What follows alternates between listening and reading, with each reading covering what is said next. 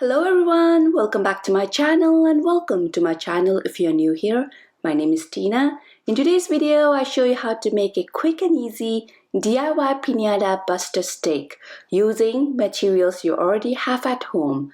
This is a super quick and easy way to create one. You only need 5 supplies to do this DIY. First, you need a stick, wrapping tissue papers, reuse an older wrapping tissue paper, colorful crepe streamers, glue sticks, and a pair of scissors. First, wrap your stick. Here I'm using an orange stick with your wrapping tissue paper. Any color will do because it will be covered by your colorful crepe streamers after. This is how the base of the stick looks like now. Second, prepare your crepe streamers.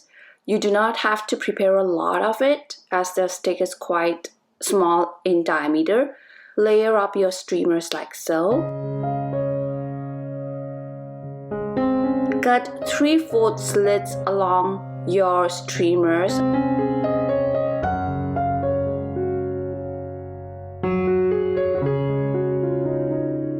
Prepare the other color streamers that you need for your piñata buster stick. Third and last step, apply glue onto your tissue paper. Stick your crepe papers that you have just prepared, working from the bottom to the top of the stick. Work each row in layers. Once you have it covered, cut off the excess and work on the second layer. The pattern for this DIY piñata buster stick is 4 or 5 layers of each color, and then I switch on to the next different color. I'm going for a colorful DIY piñata buster stick here. Continue the same process like the way I just showed you. The video is now going to be sped up to show you the final result. As you can see, it is actually very easy to do this. You do not have to buy a piñata buster stick. Create one of your own. This is how it looks like so far. Piñata is a great addition to have at any celebration, and making a DIY piñata buster stick is a great element to go along with it. You can get a very similar looking fringed piñata sticks from Walmart at about $8.